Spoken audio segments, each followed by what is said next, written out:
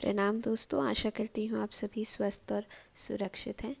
कल मैंने आपसे एक सवाल पूछा था कि क्या गीता एक श्रुति है या स्मृति। तो आइए आज उसी के जवाब पे चर्चा करते हैं। जो हमारे वैदिक शास्त्र हैं, द वैदिक लिटरेचर दैट वी हैव, उनमें कुछ शास्त्र जो हैं वो तो श्रुति हैं और कुछ शास्त्र जो हैं वो स्मृति में आते हैं। श्रुति का अर्थ होता है सुनना और स्मृति का अर्थ होता है याद करना।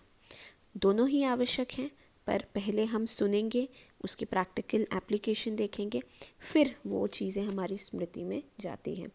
तो ये तो इन दोनों के लिटरल मीनिंग्स हो गए, पर शास्त्रों में डिवीज़न कैसे हुआ।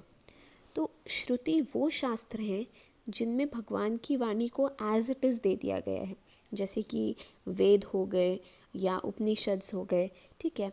और जो भगवान ने बताया है उसे समझाने के लिए एग्जाम्पल्स देना, एनेक्डोट्स देना, केस स्टडी, शॉर्ट स्टोरीज़, तो उनको उनमें जब डाला जाए तो वो स्मृति में आते हैं, जैसे कि पुराण हो गए, इतिहास हो गए, ठीक है। तो श्रुति क्या है? Shruti is actually a collection of quotes, and उनको एक्सप्लेन करने वाली जो चीज़ें हैं वो स्मृति में आती हैं। तो कुछ लोग बोलते हैं कि Shruti are more important, Smriti is more important, which we will discuss in course of time. But Bhagavad Gita के केस में क्या है, भगवत गीता उसमें भगवान की वाणी को एज इट इज़ यूज़ कर लिया गया है, तो वो श्रुति हुई।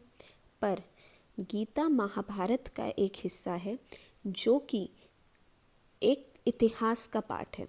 तो Gita is actually a unique combination of both Shruti and Smriti. Hence हम लोग बोलते हैं कि जो गीता है that is both Shruti and Smriti. आशा करती हूँ आपको ये समझ आया होगा।